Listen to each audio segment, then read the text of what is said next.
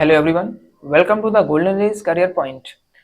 Spotting errors की आज दूसरी क्लास है और इस क्लास में भी प्रीवियस ईयर में स्पॉटिंग एरर्स से पूछे गए 10 सेंटेंसेस को यहाँ पर लिया गया है।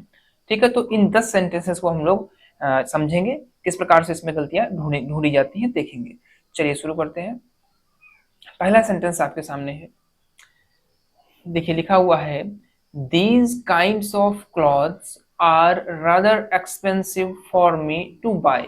ठीक है, पहले इसकी हिंदी को समझ लेते हैं। कह रहे हैं कि कहना चाह रहे हैं कि दीज काइंड ऑफ क्लॉथ्स, इस प्रकार के कपड़े, रादर, देखिए यहाँ पर जो रादर लिखा हुआ है इसका मतलब अधिक के लिए होता है, वो भी नापसंद के रूप में। ठीक है, जो चीज पसंद ना हो वो अधिक मात्रा में हो रही हो, तो कह रहे हैं कि इस प्रकार के कपड़े मेरे लिए, फॉर मी माने मेरे लिए, खरीदने के लिए अधिक महंगे हैं। ठीक है, मतलब इस प्रकार के कपड़े मेरे लिए खरीदारी करने के लिए बहुत महंगे हैं। अब इसमें हम लोग मिस्टेक ढूंढेंगे, देखेंगे।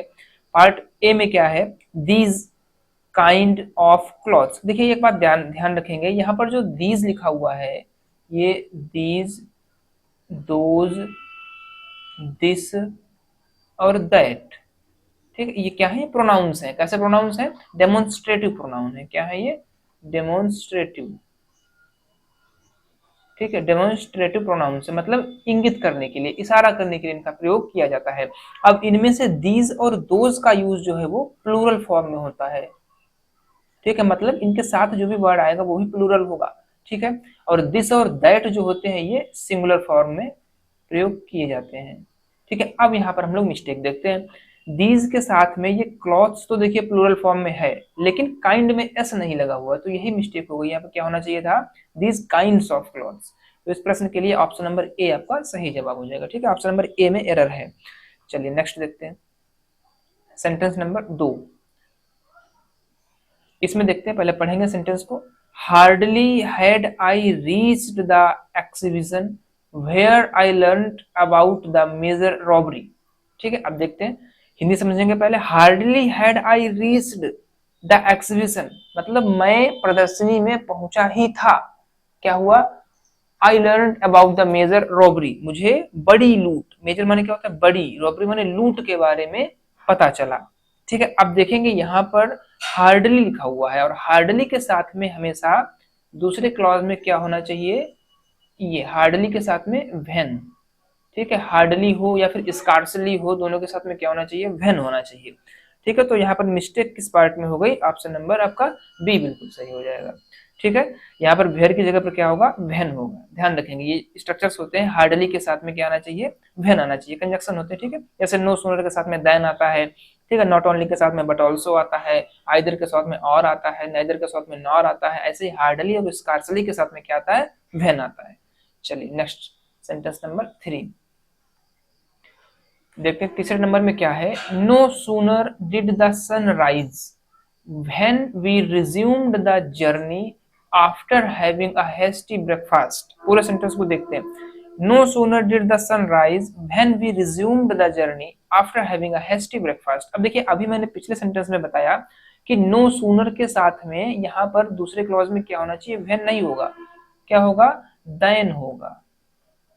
ठीक, नो सूनर के साथ हमेशा देन का प्रयोग होता है, तो ऑप्शन नंबर बी में एरर हो गई यहाँ पर। ठीक है, अब पूरा देखते हैं हिंदी क्या होगी। कह रहे हैं कि no sooner did the sunrise, सूर्यास्त, मतलब सूर्यास्त के ठीक बाद, मतलब सूर्यास्त हुआ ही था तब क्या हुआ, when we resumed the journey, हमने अपनी यात्रा को, रिज्यूम माने क्या होता है, जहां पर रोका गया था वहां से फिर से शुरू कर देना। After having a hasty breakfast, एक जल्दबाजी में, हेस्टी माने क्या होता है, जल्दबाजी में नाश्ता करने के बाद हमने अपनी यात्रा शुरू कर दी। चलिए नेक्स्ट देखते हैं। तो ये जो कंजक्शन है उनको याद रखेंगे। ठीक है, नो सूनर के साथ में देन, हार्डली स्कार्सली के साथ में व्हेन। ठीक है, चलिए नेक्स्ट देखते हैं, क्वेश्चन नंबर 4। तो यहाँ पर सेंटेंस पढ़ेंगे, क्या लिखा हुआ है, my elder son deals with, दूसरे पार्ट में है spare parts and manages, C part में हिज ब्रेड एंड बटर, और डी पार्ट में है नो एरर।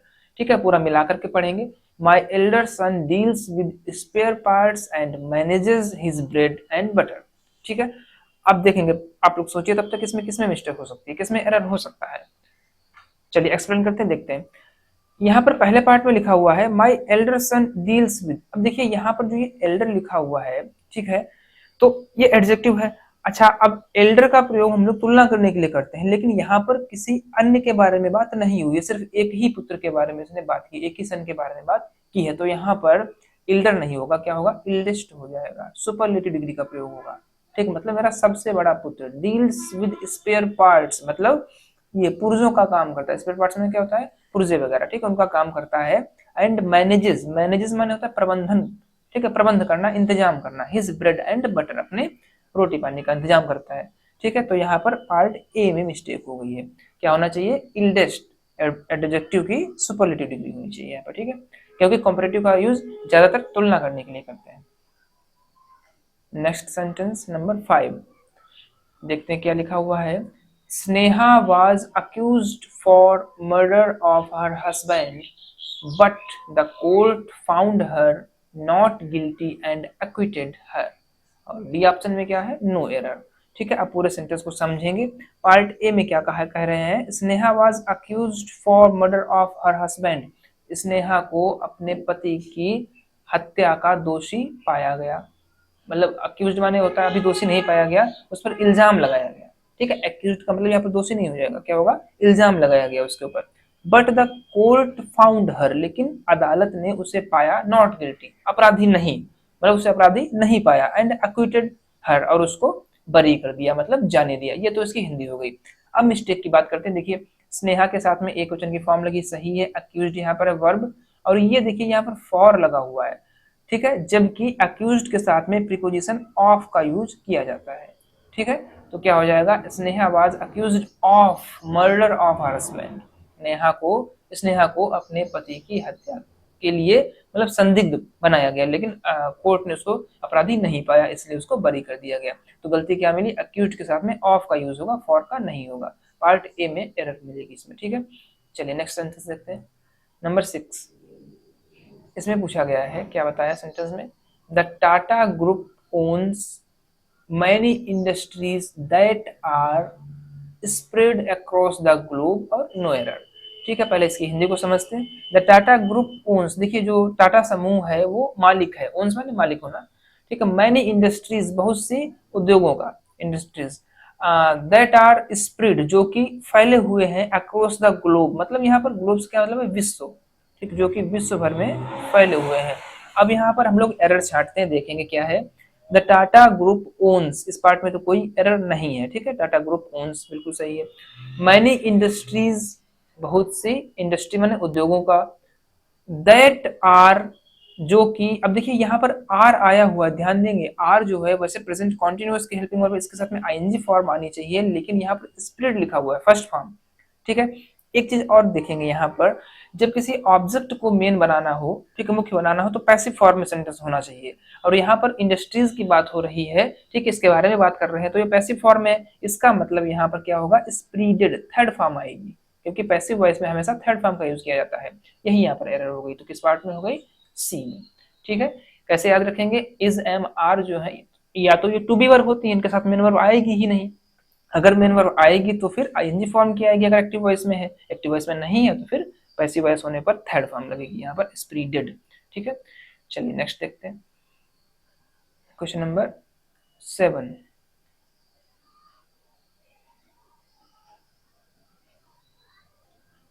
अब देखिए 7 नंबर सेंटेंस में क्या लिखा हुआ है, she has not been to the restaurant much late, और नो एरर। अब देखेंगे, पहले समझेंगे। कह रहे हैं she has not been to the restaurant, ठीक, वह नहीं आई।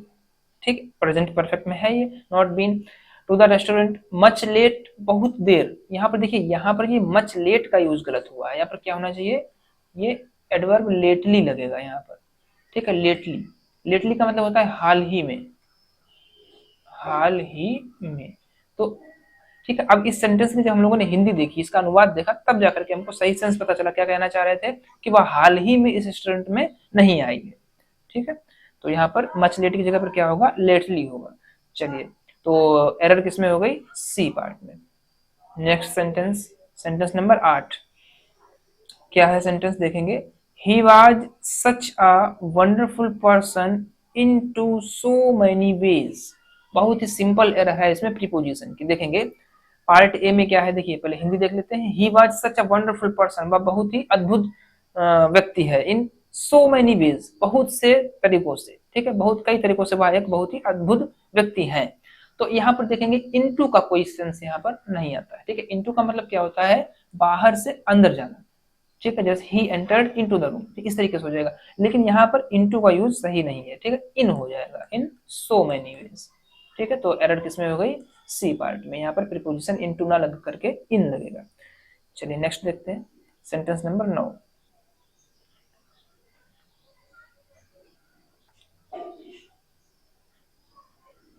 अब देखिए 9 नंबर सेंटेंस में क्या बताया गया है, the magician placed the ball underneath of his hat and made a mystic sign above it, ठीक है। अब देखिए यहाँ पर the magician placed the ball, Hindi क्या होगी, जादूगर ने गेंद को रखा, अंडरनीथ माने होता है नीचे, ऑफ हिज हैट, अपनी हैट के टोप के, and made a mystic sign above it, और इसके ऊपर एक मिस्टिक मीन्स होता है रहस्यमयी, साइन माने चिन्ह, एवं माने ऊपर, इट माने इसके ऊपर एक रहस्यमयी चिन्ह बनाया। अब एरर देखेंगे, देखिए पार्ट ए में क्या है, द मैजिशियन है, प्लेस्ड है, द बॉल है, कोई एरर नहीं इसमें।